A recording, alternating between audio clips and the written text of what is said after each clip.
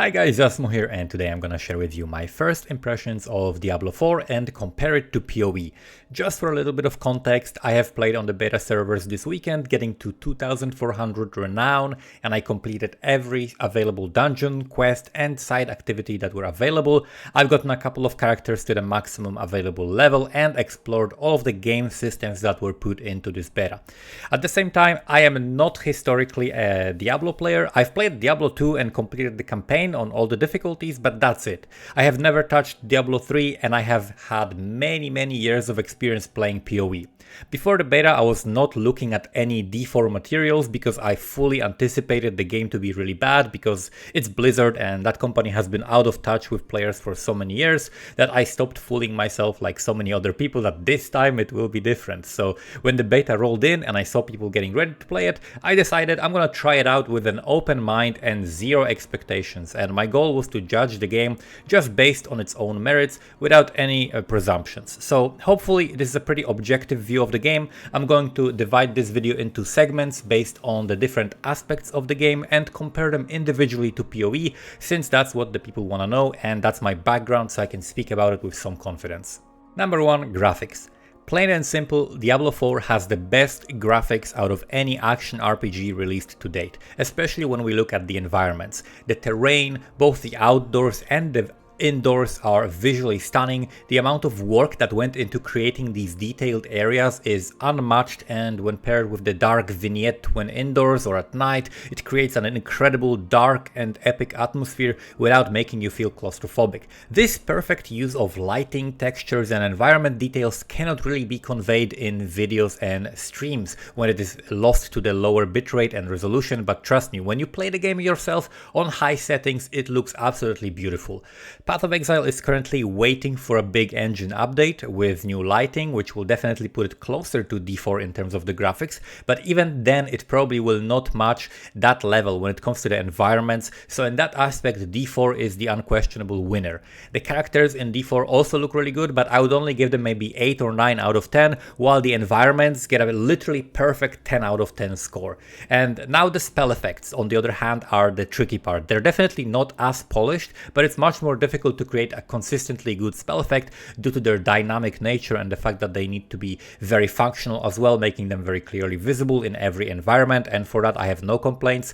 And compared to PoE, I'd say that D4 is like somewhat in the middle. Path of Exile has so many spell animations that some of them, especially the older one, I would place as worse than D4, and some of them, actually the new PoE MTX animations for certain skills, look definitely more polished. So that's something that's not as perfect, but the environments, absolute 10 out of 10, insanely stunning graphics. 2. Music, sound effects and voice acting. Music in Diablo feels consistently great. There is a little bit more variety and a different flavor than in PoE, but both games have actually top-notch music. I would say Diablo does the dramatic music better and it has more interesting background music variety, while PoE has more epic feeling to it and definitely has better boss battle music. We just have to keep in mind that we've only experienced Act 1 of Diablo, so that epic feeling might be ramping up later on. The sound effects and the atmospheric effects are great in Diablo 4 as well. In a lot of the games I end up turning off the music and the atmospheric effects very quickly, but in D4 I found myself playing with them on almost all of the time and I wasn't getting bored of them as fast as I usually do. Lastly, the voice acting is absolute top quality. Nothing feels forced or fake, everything blends well into the world, the voice fits the characters and the mood of the game, and there's a lot of variety. So the budget spent on the actors and the recording definitely shows here. Compared to PoE, the quality is a bit higher, but Path of Exile's voice acting is actually really good and enjoyable as well. So there isn't a very big difference here. Both games do very well in this category, but it's absolutely incredible in Diablo in terms of the sound effects and the voice acting especially. 3. Story and the lore. I'm not sure how, but after playing Diablo 4 beta for 3 days, I know more about the story and the lore than after years of playing PoE. Diablo just does the storytelling a million times better. The characters are easily recognizable and well defined. For example, Inarius is the angel who co-created Sanctuary, has a big ego and wants to be viewed as the savior so he can return to heaven. But who the fuck is Sin in PoE? I have no idea, except that he has something to do with innocence. So Diablo 4 is incredibly immersive and transports you into the world, while in PoE the story is just a background noise on your way to maps. Maybe it's the simplicity, or maybe it's the cutscenes which play a big part in conveying the story, but without giving any spoilers, the main plot of D4 at the end of Act 1 starts to feel like a fantasy novel or a movie, and I cannot wait to find out more. I'll also add to this aspect the atmosphere. Diablo 4 successfully achieves the dark and gritty mood between the graphics, the lighting, the ambience of the sound and voice acting, the story. You feel like you're in a harsh and collapsing world where people barely survive, and the ones that do often turn against each other in desperation. And having the game in this context actually makes everything you achieve in this world as a player even more rewarding, so it definitely enhances the experience and makes it feel that much better. For the campaign and side quests. Diablo 4 features an open world campaign, and with it you have the freedom to explore it and sequence it in any way you want. One of the main features that enables it is actually the level scaling. Most quests, dungeons and open world activities during the campaign are scaled to the player level. However, open world bosses, strongholds and some monsters do not scale, and you have to level up to be able to fight them. I've seen a lot of people actually complain about the scaling, but in my opinion the level scaling is completely necessary and really good, and here's why. Without the level scaling, you would hit, for example, level 20 in Act 1 by doing the main quest and a few side activities on your way, and then the rest of the world would in that area become irrelevant. You would be missing out on a huge amount of content, and while moving through the world from objective to objective, you would actually be walking through lower level areas where you cannot get XP, you cannot get relevant loot rewards, and it cannot contribute to your character's progress. So you would also be forced to do everything in the same order every single time you level. There would be an optimal leveling path, and it would not be even close between that and the alternative way of leveling, and this is one of the biggest complaints that people have when playing through the campaign in PoE. People always complain, give us alternative ways of leveling, the PoE campaign is boring, you do the same thing over and over. It gets really boring and really repetitive because you have to do it in the exact same way every time. Meanwhile, in Diablo 4 you can level by doing your favorite dungeon over and over if you want. You can do the quests and the side quests, or you can just grind mobs in your favorite area, and in all cases you're going to be progressing decently well. One of those of course is probably going to be the best, but not by such a huge margin that you feel like a fool not to follow the optimal way, like a static leveling campaign would have you do. The only complaint people have here is pretty much that when you meet other players in the open world and you're level, let's say 15 and they are level 5, they might one-shot the same monster that took you 3 hits to kill. And if that bothers you, then you have to understand a couple of things. First of all, just because you leveled, it doesn't mean that you're getting stronger. For example, the jump from level 1 to level 2 is basically doubling your power, but the jump from level 20 to level 21 is almost nothing. Early on you scale with levels and you don't really have to do anything because you cannot do anything. You have no access to gear, you have no talent points, you have very few mechanics, you don't have the specializations and other things like that, so the game has to make you stronger compared to the content. But once you're higher level, that responsibility shifts from the game to you, and you have to make your character stronger with the resources you're given. And trust me, you can one-shot way more monsters and be way faster when you're higher level. Secondly, this is just Act 1 of the campaign on the basic difficulty, so there are more difficulties beyond it. And it doesn't really matter that a low-level Sorc can chain lightning, kill some ghouls faster than your slightly higher-level barbarian. This little interaction doesn't really matter in the grand scheme of things, and it's a small price to pay, and it's well worth paying for a flexible open-world campaign where you can explore it at your own pace, choose your own path, and play however the fuck you want.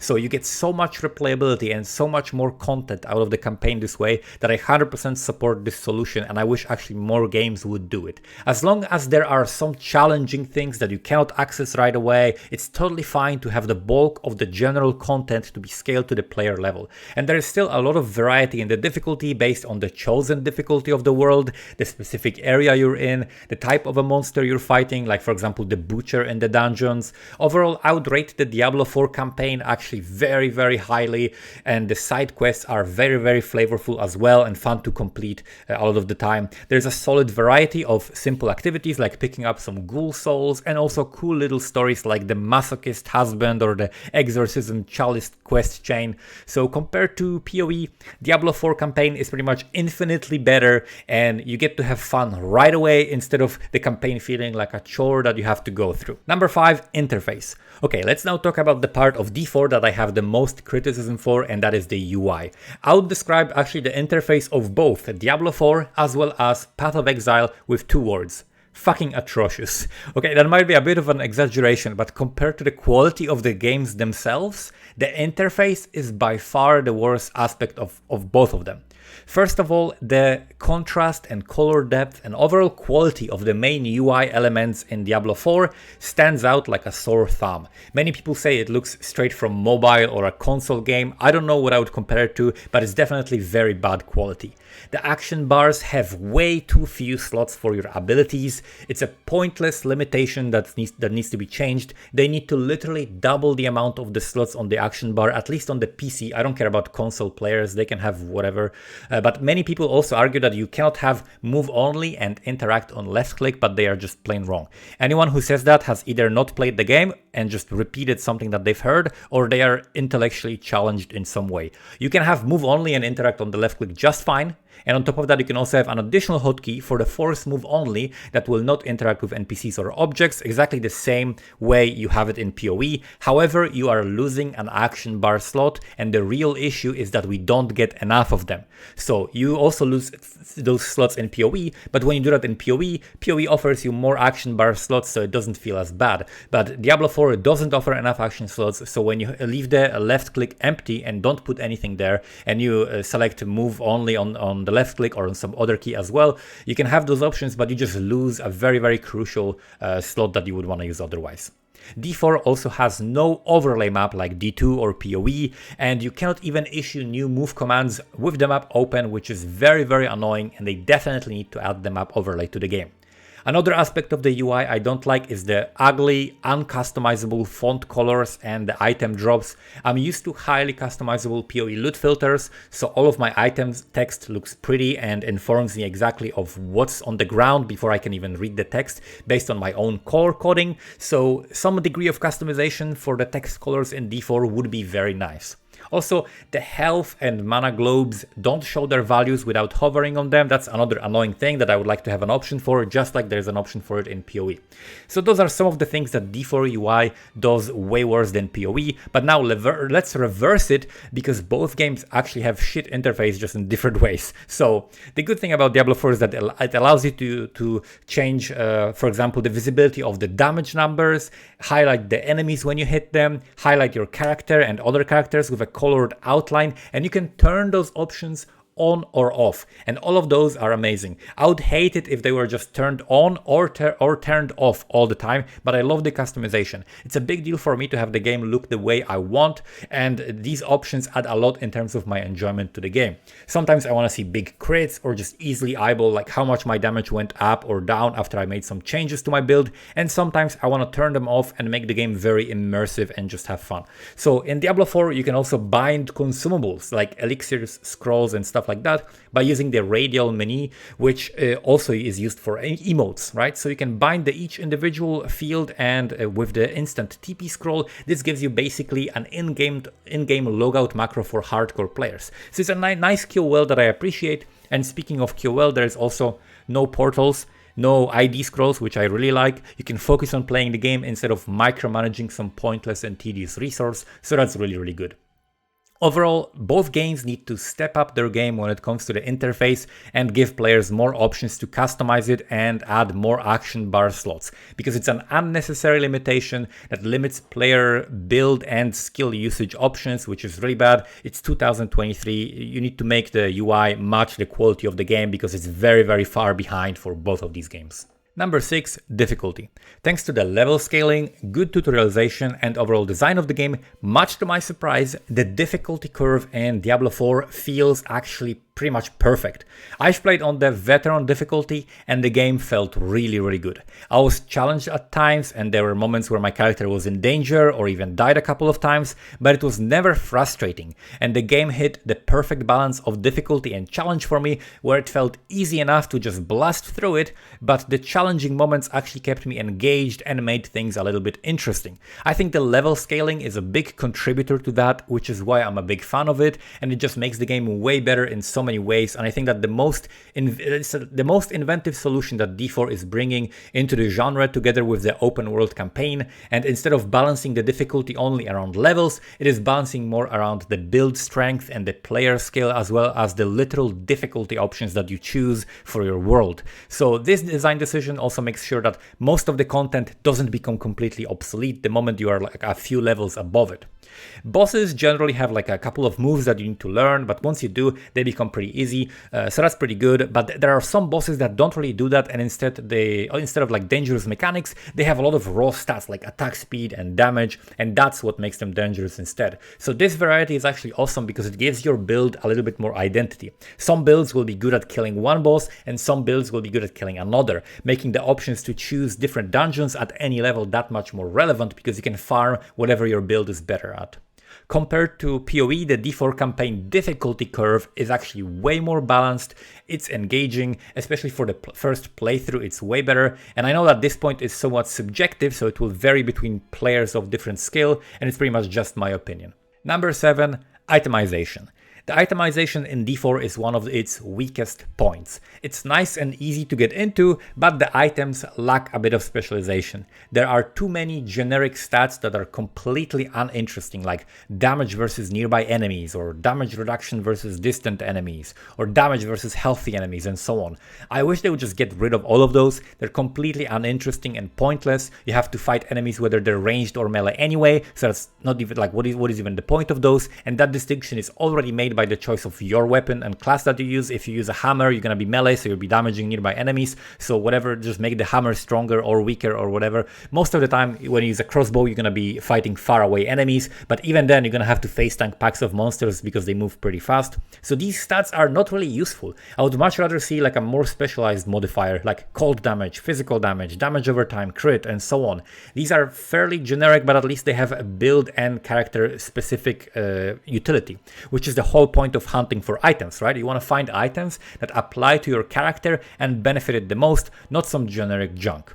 Path of Exile's itemization is miles better. It's way better, even if we discount the complexity entirely. Just the choice of modifiers available on gear makes much more sense in PoE. I don't know why Blizzard always tries to reinvent the wheel with item mods, but this attempt is definitely another fail on their part. The items are a little bit too simple, and there are too many boring and generic yet weirdly specific mods. Like some of the mods really read like they say, when you're facing north and holding a weapon with your left hand, deal 10% increased damage to crowd control enemies who attacked you twice from over 15-yard distance in the last 4 seconds. Like, no build wants these things, and they should either just be generic mods like crit chance or attack speed, or something specialized like damage over time, poison damage, etc. Definitely PoE like is miles and miles ahead of D4. Number 8, crafting. Surprisingly, despite the poor itemization, I actually like crafting in D4 more than I do in PoE. And yes, in PoE you can literally be a crafter who sits all day in the hideout endlessly crafting infinite varieties of items, making more money than people who are actually playing the game by killing monsters, but there's amazing complexity to items in PoE, which I already mentioned in the previous point, and that's what facilitates that. However, when you're actually playing the game and you just want to make your character a little bit stronger, it is way easier and way more enjoyable to do that in D4. You first gather some resources by salvaging or selling the items that are not useful to you, and then when you look for a decent rare with high item power that has a mod that you want, for example like a +1 to the level of your main skill, you can then reroll some unwanted modifier into something useful, add a couple of sockets and gems to the item, imprint a legendary aspect into it, and then you upgrade it a few times and you got an item. It's a straightforward process that is very manageable in length and cost. There is no point where you like ruin your item completely unless you just gamble on removing a mod that was good for you in the first place, but that's a very small thing that you're changing about the item. And basically, it's not trivial, so it matters when you do it and on what base you do it. And that makes also the rare items relevant to pick up, something that PoE is trying really hard to accomplish, but is still failing at it. And probably because vendoring the same item at level 2 in PoE gives you the same rewards as vendoring a unique item from area level 85. In both cases, you get jack shit, so you have to trade or craft the items from scratch.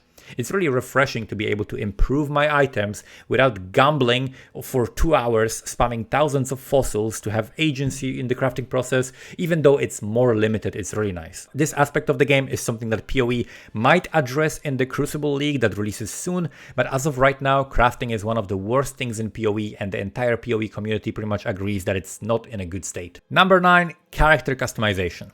Even though the character creation in Diablo 4 is still very limited and doesn't compare to things like Korean MMOs or something like that, it's still 100 times better than in PoE where you're stuck playing a balding old man with no pants. On top of that, there's a completely free transmog system, which is basically a better version of the skin transfer from PoE that is free and easy to use.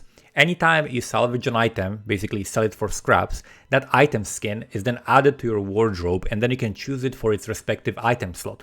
You can also turn it on and off without having to go back to town, and it overrides whatever item you're using in that slot, even if you keep getting upgrades and swapping that item. The transmog still applies to that slot.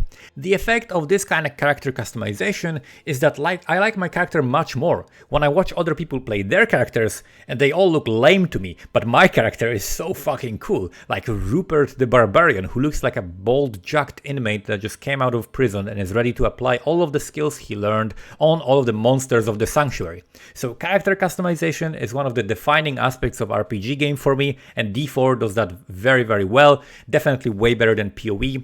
In PoE, you have lots of cosmetic microtransactions that can make your character look really cool, and I'm sure Diablo 4 will also have plenty of that, and that's great. But the base level customization from the start, when you first start playing the game, makes me enjoy my D4 characters way more. Number 10, build customization. So speaking of customization, when it comes to builds, Diablo 4 offers a good amount of variety until you of course compare it to PoE. On its own, I think D4 will definitely have a lot of interesting and playable builds, but it's nothing like in PoE. Path of Exile is basically defined by the endless build variety and the possibilities. You can take one skill and make it into something completely different. You can play minions by summoning them and having them do physical or cold or fire or lightning damage, or you can build them around stacking lots of poisons on the enemies, or you can have your totem summon these minions, or you can stack your minions HP and then make them explode doing fire damage based on that HP, which ignites the enemies, and then that ignite spreads. You can put it all in a trap or a mine. You can do so many different things. You can take a skill, turn it into 7 different builds, each looking completely different, and you have so many skills. You can do it on any class you want. There's basically nothing that beats PoE in terms of build making. The sheer amount of combinations between all of the classes, ascendancies, active skill gems, support skill gems, and transformative unique item modifiers is unmatched. Diablo 4 is much more basic in this aspect and much more casual friendly. I will probably make a bunch of D4 builds and share them in video guides, but they're much less likely to be very unique and expressive creations. Basically, Diablo 4 is not trying to even compete with PoE in this aspect. It has no chance to compete in this aspect, and it's sticking to much more traditional approach. But I'm curious to see how the Paragon system will affect the build making and how much more impact it will have on the build variety. Out of the builds that I played in D4 so far, I enjoyed the little combos and interactions that you can utilize, and while there are way like infinitely fewer options, the options that do exist are pretty fun to play with, so I have no complaints when it comes to that. Just when compared to PoE, PoE is insanely the clearest winner out of any category out of those different aspects of the game. Number 11, combat and gameplay. When it comes to the combat, both games offer very different experience. Diablo 4 combat is very engaging. You create cool combos that are very satisfying to perform. For example, my Barbarian was built around stacking Frenzy and quickly attacking 5 times to get the 10 upheaval charges while filling my rage bar, and at full rage with 10 stacks of upheaval I would have like 130% increased damage and it would just blow up any pack of monsters I hit with it. It was immensely satisfying and it felt very fun to execute. It's also one of the reasons why I want D4 to allow more slots on the action bar so that we can come up with more cool combos. The animations and the sound effects are also amazing. They play very well together, creating an epic combat experience that is very, very responsive, polished, and satisfying.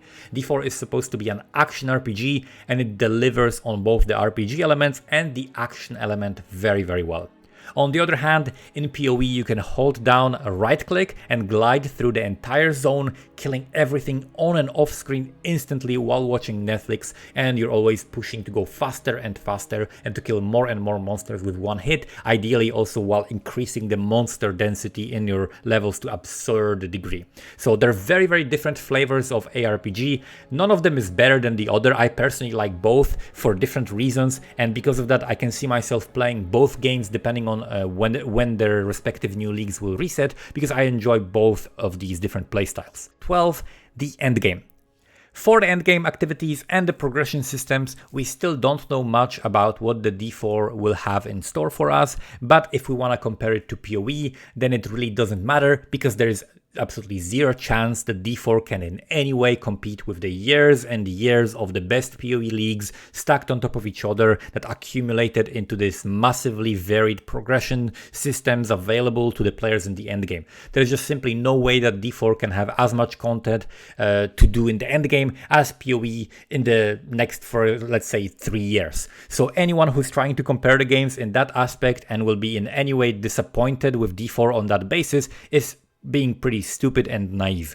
D4 has much more focus on the replayable and dynamic campaign with the random events that occur even in dungeons, and the end game is something that might be developed over time. But you have to remember that for the first years of PoE there were only 3 acts and you could play a very, very limited mapping system. It took several years for PoE to develop their endgame to what it currently is. So personally I'm not worried at all about the D4 endgame. It's not the reason I want to play the game, and whatever activities there will be to do after the campaign on all the difficulties, I'll do them as long as they're interesting and fun to do, and once I get bored of them, I will play some PoE.